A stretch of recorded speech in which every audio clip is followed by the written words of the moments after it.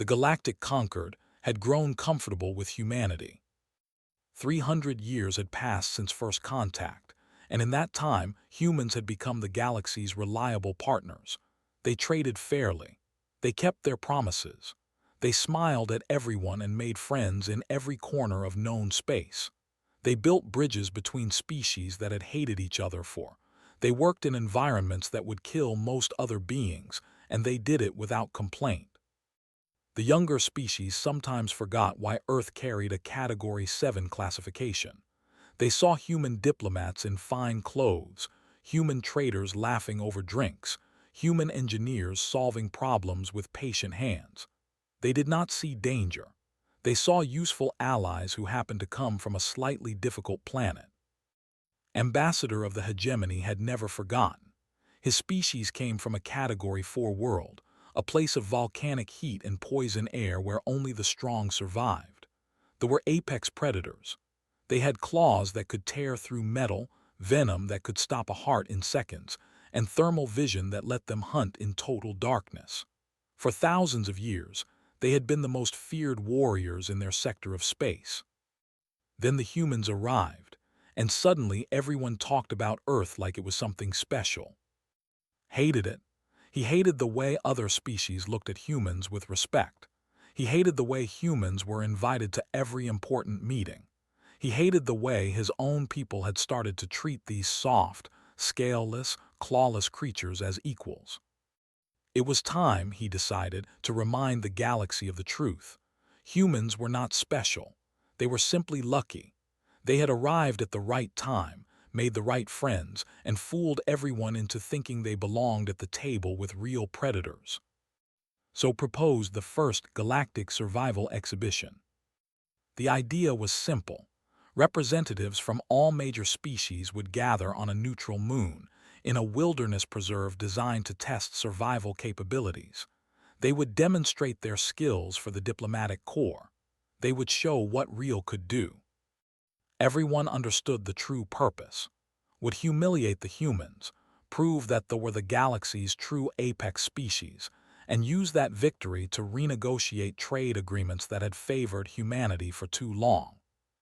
The Galactic Conquered approved the exhibition. After all, what could go wrong? It was just a friendly demonstration between allies. They sent their 5 deadliest hunters, warriors who had killed creatures that would give nightmares to most species. The cold-blooded reptilians from an ice world sent their champion survivalists, beings who could slow their hearts to nearly nothing and wait out any storm.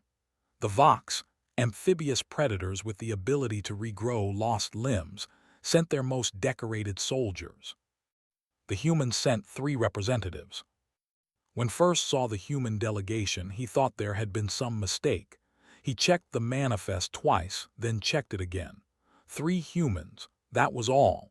Every other species had sent 5 to 10 of their finest warriors. The humans had sent 3. And what 3 they were! Dr. Maya was in her 50s, a small woman with gray hair and a slight limp from an old injury. She carried a tablet and wore simple clothes that would not have looked out of place in a university lecture hall. She smiled at everyone and asked polite questions about the local plant life. Sergeant Major James was a retired military instructor, a tall man with white in his close-cropped hair and lines on his face that spoke of decades of hard service. He moved with the careful economy of someone who had learned long ago to conserve energy for when it mattered. He had spent most of his career not fighting, but teaching alien species how humans survived. Was 19 years old. She was a university student who had won some kind of lottery for the chance to attend. She bounced on her heels, took pictures of everything, and kept asking the delegation if their scales were as cold as they looked. The delegation laughed openly when they saw them. "This is what Earth sends," one of its warriors asked. A limping academic, a tired old soldier, and a child felt the sweet taste of coming victory. It seems humanity does not take us seriously. That will be their mistake.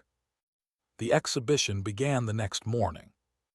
The preserve was a carefully designed wilderness, a dome of artificial ecosystem covering 300 square kilometers of forest, mountain, and swamp. It contained predators from a dozen worlds, all chosen to present interesting challenges for the participants. There were observation towers, safety shields, and emergency protocols for any situation. The diplomatic observers would watch from a central pavilion with climate control, comfortable seating, and an excellent view. It was all very civilized. The first 3 days went exactly as had planned. They demonstrated their hunting abilities first. They stalked through the forest like shadows, their thermal vision picking out prey in total darkness. They struck with speed that most eyes could not follow, claws and venom working together in deadly harmony. The diplomatic observers murmured with appropriate appreciation. They showed their ability to enter hibernation states, slowing their metabolism until they became nearly indistinguishable from rocks. They demonstrated survival in extreme cold, walking calmly into an area where the temperature had been dropped to levels that would freeze most species solid. They emerged unharmed, their internal warmth conserved through biological systems that scientists from other worlds still did not fully understand. The Vox displayed their regenerative capabilities.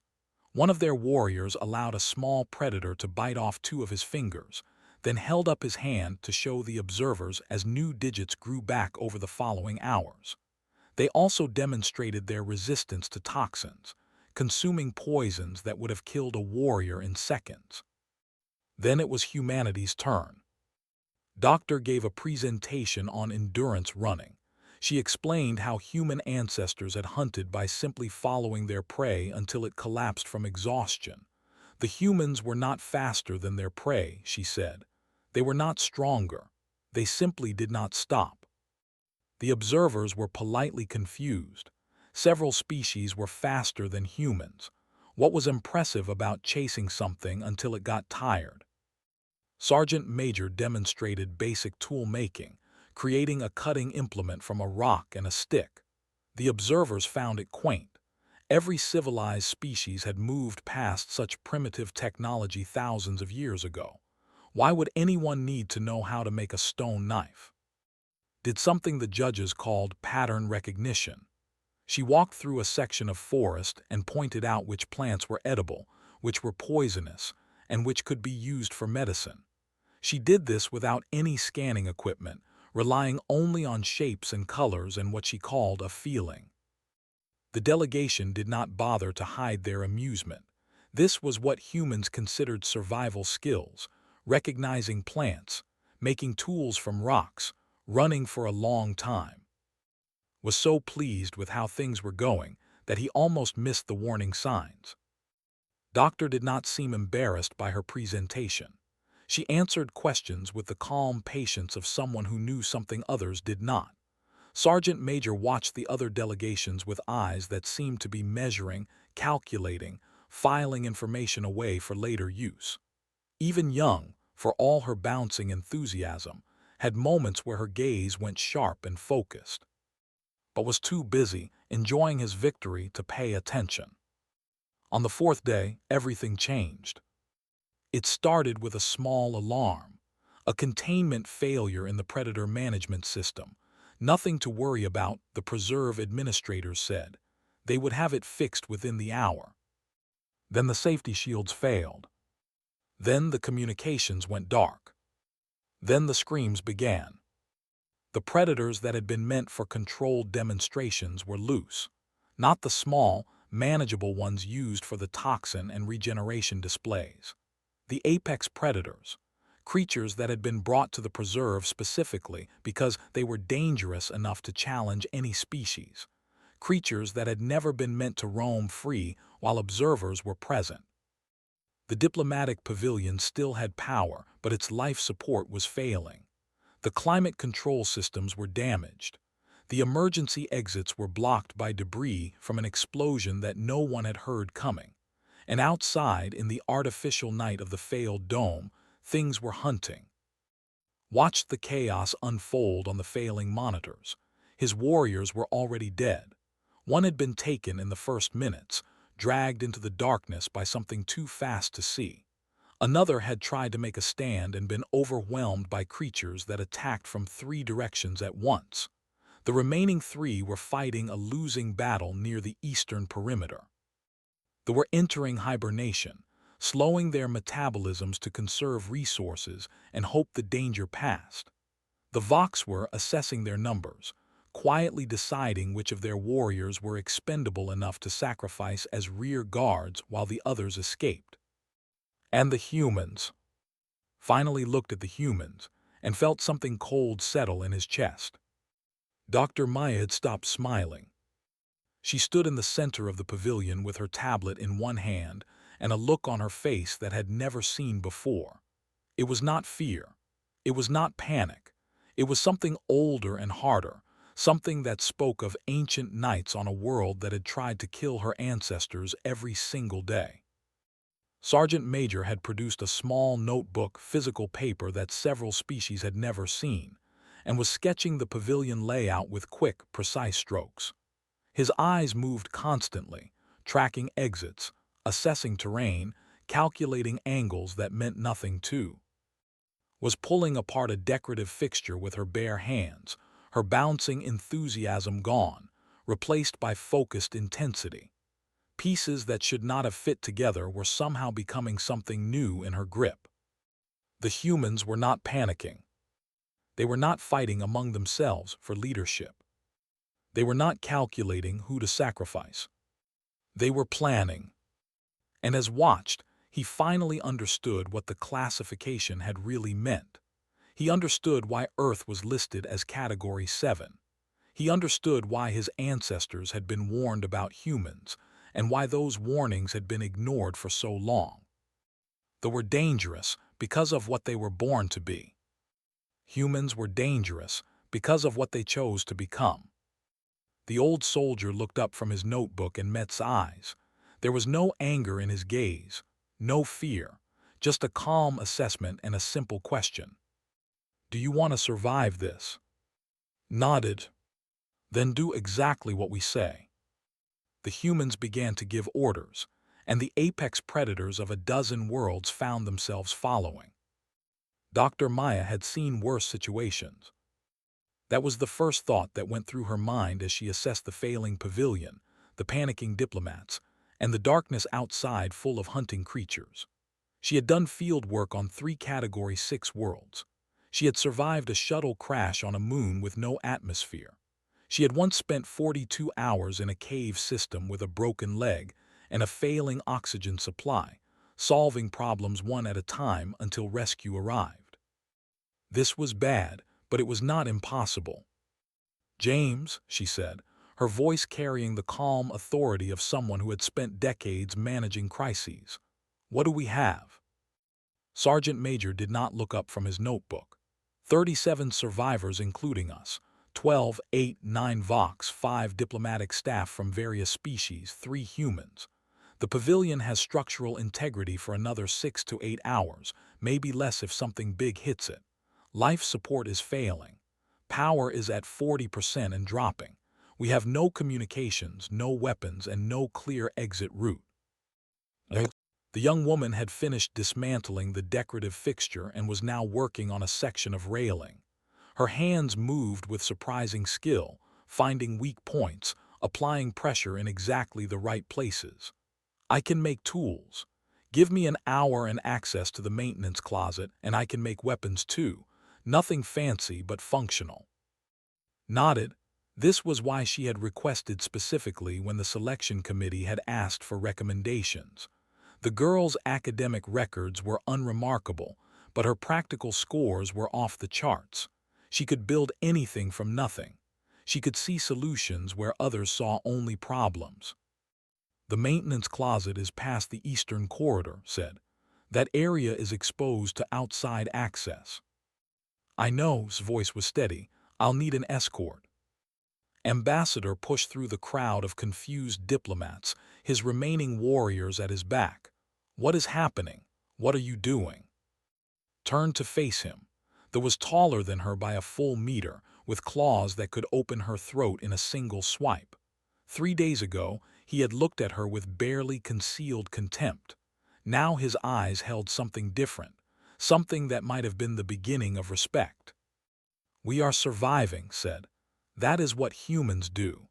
Would you like to help, or would you like to wait here and hope someone rescues you?" His jaw tightened. She could see the conflict in him, the ingrained belief that did not take orders from lesser species warring with the growing understanding that his people's way of doing things was not working. "What do you need?" he asked. "Your thermal vision. Can your warriors see what is out there?" Gestured to one of his remaining hunters, a female named who had survived by being slightly faster and slightly smarter than her companions. She moved to one of the windows and pressed her face against the glass, her secondary eyelids sliding into place as she switched to thermal sight. "There are many creatures," she said after a moment. "Different types, some large, some small. They are moving in patterns, hunting patterns. They know we are here." "How many large ones?" Was quiet for a long moment. "At least 12 within visual range. There may be more beyond the tree line." Nodded. She had expected as much. The preserve had been stocked with apex predators from multiple worlds, creatures chosen specifically because they were dangerous enough to challenge any species. In a controlled demonstration, that had seemed reasonable. Now, with all containment failed and safety systems offline, it was a nightmare. The largest one said, "Describe them." His voice was steady, but could hear the tension beneath it. "There is one that moves like liquid shadow. Long body, many legs. It took 2 of our warriors before we could even see it clearly." Thornback said immediately. "Native to 442b, ambush predator. It has a vulnerable spot at the base of its neck where the neural cluster is exposed during movement. If you strike there with sufficient force, it dies instantly. If you miss, it will kill you before you can try again." Stared at her. "How do you know this?" "I wrote the xenobiology report on thornbacks 7 years ago. I spent 3 weeks observing them in their native habitat." Smiled, but there was no warmth in it. "I know every predator in this preserve. I know how they hunt, what they fear, and how they die. That knowledge is going to keep us alive." Had finished his sketch of the pavilion. He pinned it to the wall where everyone could see it, then began pointing out features with quick, efficient gestures. "We have 3 potential exit routes. North, through the main entrance which is currently blocked by debris. East, through the service corridor which leads to the maintenance area. West, through the emergency hatch which opens directly into the forest. The maintenance area has supplies we need. The forest has creatures that want to eat us. The main entrance has rubble we cannot clear without equipment." "Then we go east," said. "Get the supplies, find another way out." "No," his voice was flat. "We do not run, we do not hide, we do not wait for rescue that may never come." "Then what do you suggest?" demanded. Looked at him with eyes that had seen 100 battlefields. "We go out there, we hunt, we kill everything that threatens us, and we keep killing until there is nothing left that can hurt us or until we die trying." The silence that followed was absolute. There had been apex predators for thousands of years. They were proud, fierce, deadly. And they had just been told by a human, a member of a species they had spent 3 days mocking, that the solution to their problem was to go hunting.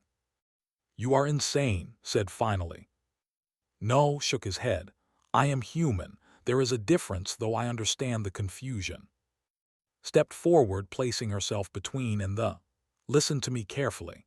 Every species in this room evolved to survive, the through venom and speed, the through patience and endurance, the vox through regeneration and poison resistance. These are all valid survival strategies, but they are reactive strategies. You wait for the danger to come to you, and then you respond." She paused, making sure every eye was on her. "Humans did not evolve that way. Our planet was too dangerous for reactive survival. If we waited for the danger to come to us, we died. So we learned to go to the danger first. We learned to plan, to prepare, to strike before the enemy knew we were there. We learned that the best defense is not a strong shell or fast legs or deadly venom. The best defense is making sure your enemy is dead before it ever gets close to you. Was silent for a long moment. Could see him working through what she had said, measuring it against everything he knew about humans. You are asking us to follow you, he said finally, to take orders from humans. I am asking you to survive, replied. The method you choose is up to you, but I will tell you this. James has trained warriors from 37 different species in human survival techniques. Every single one of those warriors came out of his training more effective than they went in. Some of them now teach others using his methods. He knows what works. And if we refuse? Shrugged, then you stay here. You defend this pavilion with whatever you have.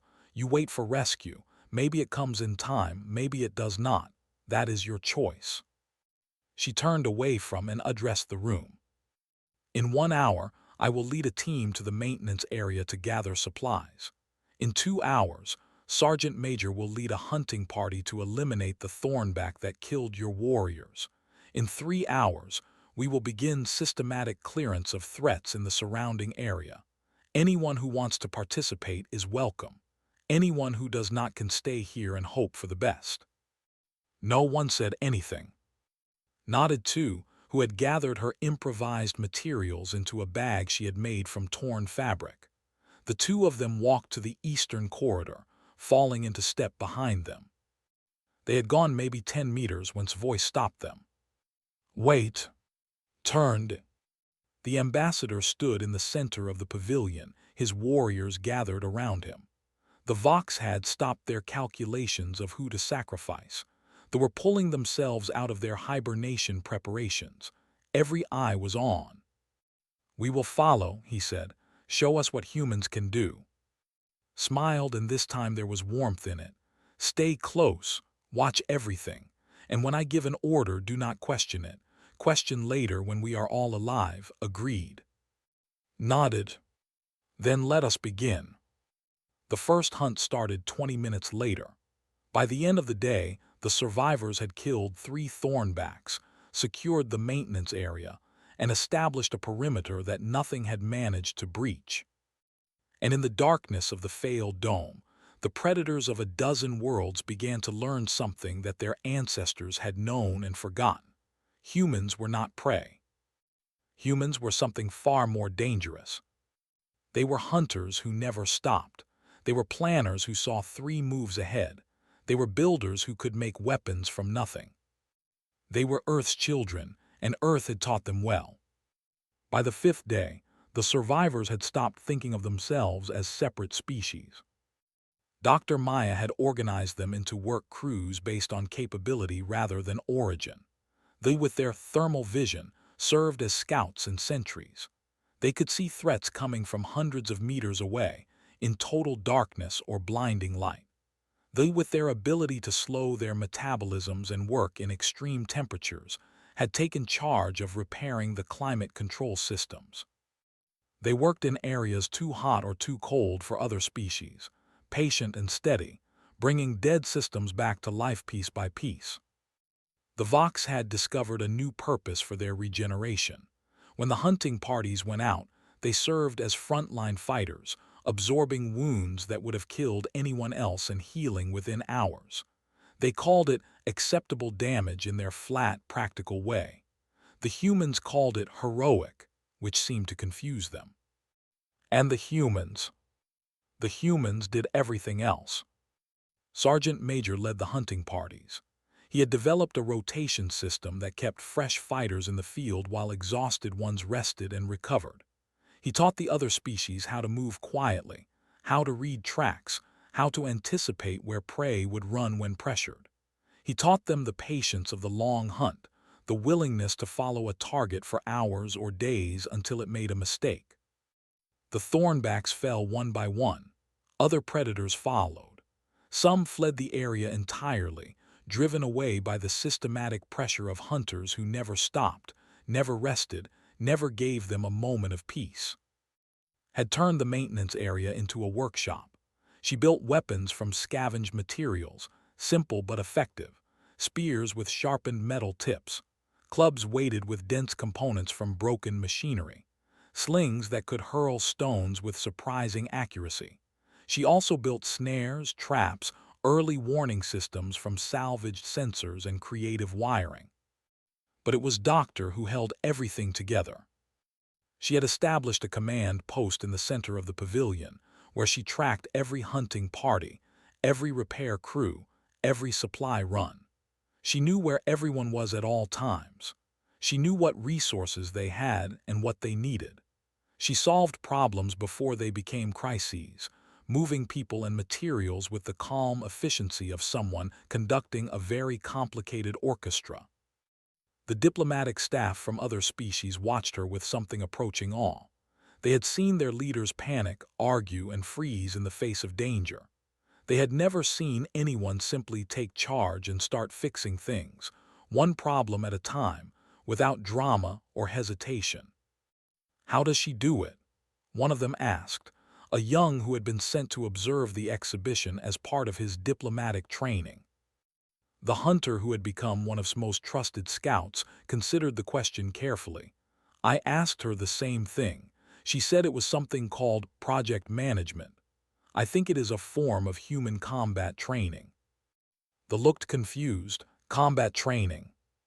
She said humans learn to organize complicated tasks from a young age. They call it school projects or work assignments. They learn to break large problems into small pieces, assign tasks to team members based on capability, track progress, and adjust plans when circumstances change. She said every human learns these skills as children.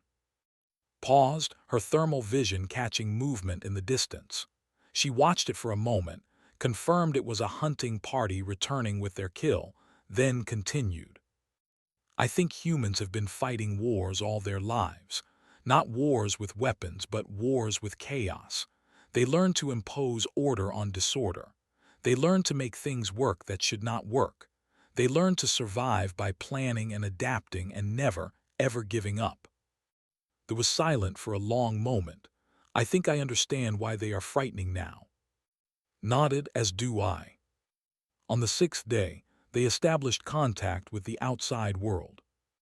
Had been working on a communication relay for 3 days, building it from components salvaged from the pavilion's broken systems and materials gathered from supply caches throughout the preserve. It should not have worked. The parts were not designed to work together. The power source was improvised from emergency lighting batteries. The antenna was made from decorative metal carefully bent into the right shape, but had a gift for making impossible things work.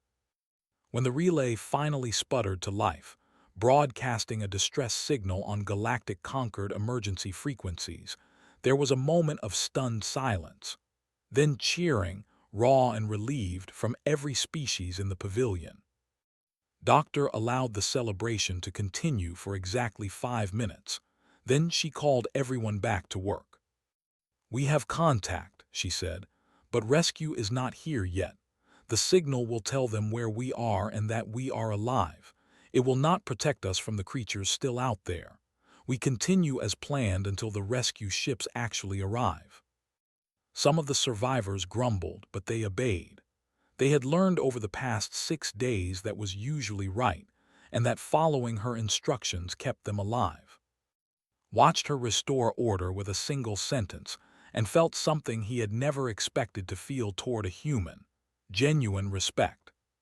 He approached her after the meeting dispersed, waiting until she had finished giving instructions to one of the repair crews. "I owe you an apology," he said. Raised an eyebrow. "For what?" "For this, all of this. The exhibition was my idea. I proposed it to humiliate humanity, to prove that they were superior, to renegotiate trade agreements in our favor. I thought you were soft, weak. I thought 300 years of peace had made you forget what you were." Was quiet for a moment. When she spoke, her voice was gentle. "You were not entirely wrong." Stared at her. "We have forgotten," continued. "Most of us anyway. Humanity has been comfortable for a long time. We have technology that protects us from our planet's dangers. We have medicine that cures our diseases. We have food that does not need to be hunted. Most humans alive today have never experienced true survival pressure. They think of Earth's dangers as history, stories from a primitive past. But you remember. Smiled, but there was something old and hard in her eyes. I have spent my life studying the most dangerous creatures in the galaxy. I have walked on worlds that make Earth look peaceful. I have seen what happens when technology fails and the old rules come back. Yes, Ambassador, I remember. She looked out the window, into the artificial night where her hunters were still working, still clearing threats, still making the world safer one dead predator at a time. Every human has this inside them, she said softly. This ability to become what Earth made us. Most of us never need to use it. We live our whole lives in comfort and safety, never knowing what we are capable of. But it is always there, waiting. All it takes is the right circumstances to bring it out. Thought about the past 6 days. He thought about organizing survivors while the world fell apart around her. He thought about teaching alien warriors how to hunt like humans. He thought about young building weapons from garbage and laughing with Vox soldiers like they had been friends for years. What happens when this is over, he asked, when we are rescued and return to normal life? Turned to look at him, and for a moment he saw not the calm academic but the hunter she had become. We go back to being kind, she said. We smile and trade and make friends. We forget again, most of us. We become comfortable. She paused. But we will remember this. We will remember what we can do when we have to. And maybe the next time someone thinks about testing humanity, they will remember too. The rescue ships arrived on the 7th day. When they broke through the dome and flooded the preserve with light, they found something they had not expected. They found a functioning settlement, organized and defended and supplied. They found species that had been competitors working together as a single unit. They found systematic clearance of threats, established supply lines, medical stations, communication relays. They found humans. And in the official reports that followed, in the classified files and the whispered stories and the updated danger assessments, the galaxy learned something it had forgotten. Humanity was kind because it chose to be. Every single day, every single human made that choice. They could be hunters. They could be conquerors. They could be the apex predators that Earth had created them to be. But they chose instead to be friends, partners, allies. And that choice, made fresh every morning by billions of humans across hundreds of worlds, was the most frightening thing about them. Because it meant they could just as easily choose something else. The rescue fleet had expected to find survivors huddled in defensive positions, waiting for salvation. Instead, they found a functioning settlement. The preserve, which had been a disaster zone just 7 days ago, now looked almost peaceful. Hunting parties moved through the forest in organized patterns. Repair crews worked on damaged systems with quiet efficiency. A medical station operated in what had once been a storage room, staffed by a Vox healer and a human teenager who seemed to know more about xenobiology than most trained doctors. Admiral of the Emergency Response Fleet stood in the center of the settlement and tried to understand what he was seeing. "This is not possible," he said to his aide, a young officer who had studied human history as part of his training. "The containment failure should have caused complete chaos. The predators in this preserve were selected specifically because they could challenge any species. There should have been massive casualties." The aide checked his tablet. According to the survivor records, there were casualties in the first 12 hours. 18 dead, mostly hunters who engaged the threats directly. After that, he trailed off, frowning at the data. After that, no further deaths. Some injuries, but no fatalities. The survivors organized, established defensive perimeters, and began systematically eliminating threats. The death toll among the predator population is significantly higher than the death toll among the survivors. Stared at him. They were hunted by apex predators from a dozen worlds, and they hunted back.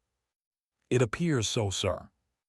The admiral found the human delegation in what they called the command post, a cleared area in the center of the pavilion where Dr. Maya coordinated all survival operations. She was currently reviewing a map of the preserve with Sergeant Major, discussing which areas still needed clearance. "Admiral," she said, looking up from her work, "thank you for coming. We have wounded who need proper medical attention and systems that need professional repair. The situation is stable, but professional support would be appreciated." Had expected to find traumatized survivors. He had expected fear, relief, maybe some anger at the slow response of the rescue fleet. He had not expected a middle-aged human woman calmly giving him a status report like this was a routine operation. "Doctor," he said carefully, "can you tell me what happened here?" Smiled. It was a warm smile, the kind of smile that made people trust her immediately. But had read the reports coming in from his scouts, and he knew what that smile was hiding. "There was a containment failure," she said. "The predators got loose. We survived." "You did more than survive. My teams report that over 60% of the apex predators in this preserve are dead. The rest have fled to the outer edges of the dome. You turned this place into a safe zone," supplied. "We needed space to operate, so we made space. The predators were in the way, so we removed them." Felt something cold crawl down his spine. The way the human said it, so casual, so matter-of-fact. Like killing dozens of apex predators was just another item on a to-do list. "How?" he asked. Looked at him with eyes that seemed very old.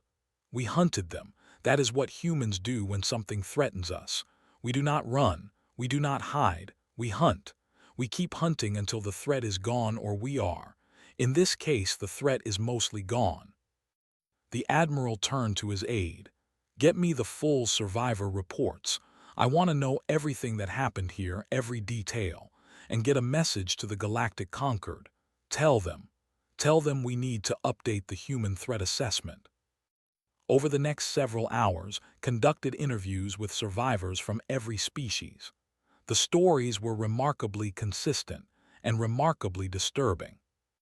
They described how the humans had organized chaos into order within hours of the containment failure, how they had assigned tasks based on capability, not status, how they had treated apex predators from a dozen worlds like team members in a project, to be directed and utilized efficiently.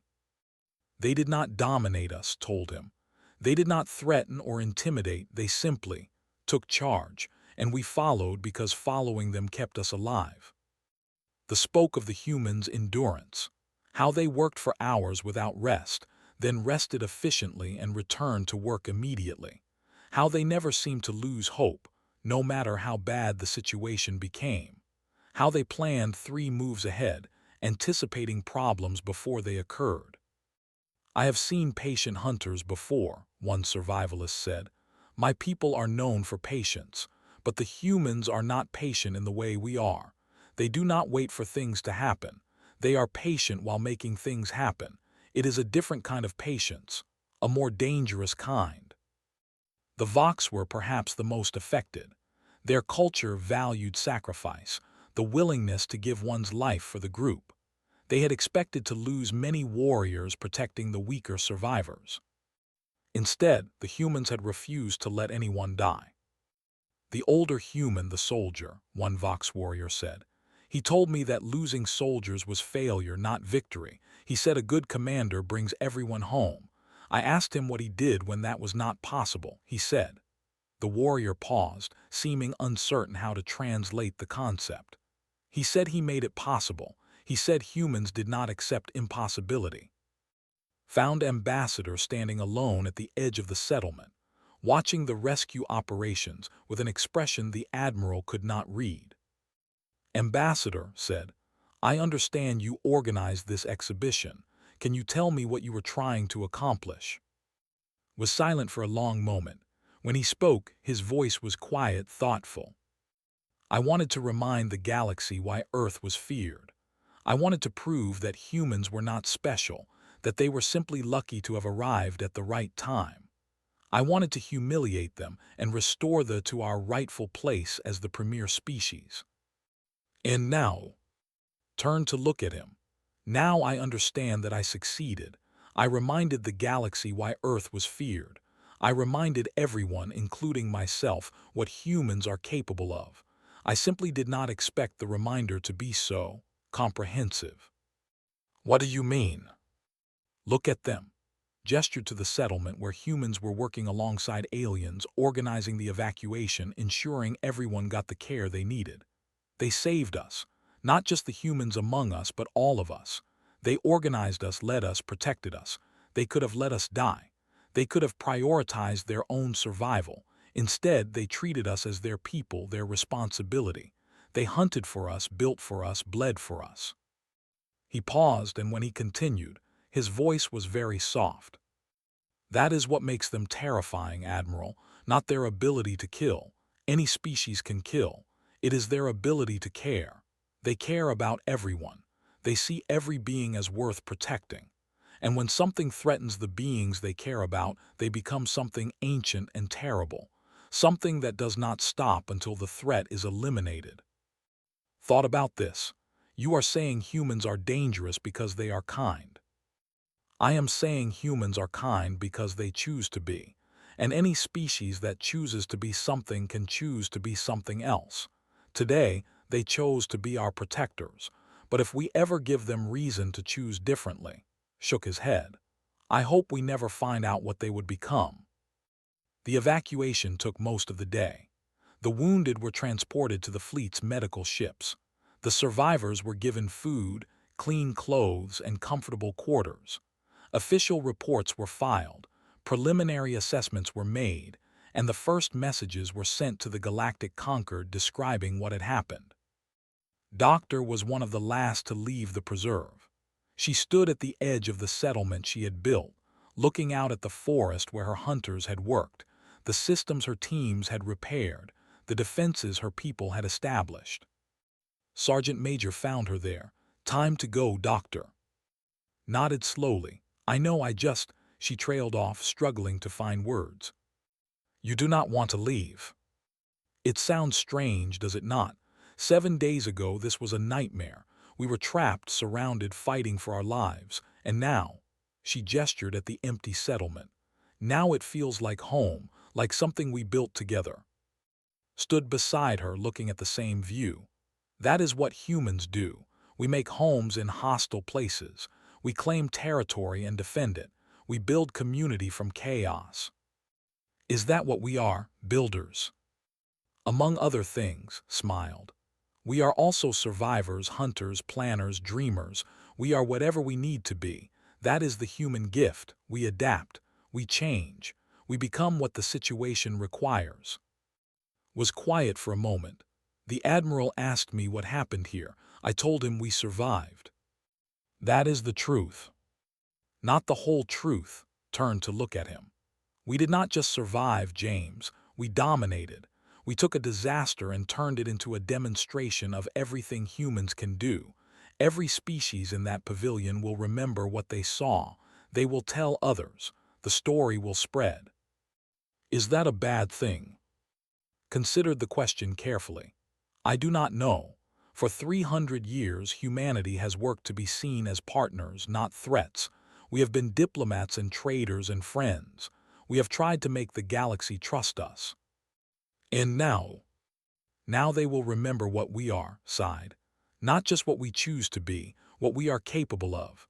The kindness is real, James, but so is everything else.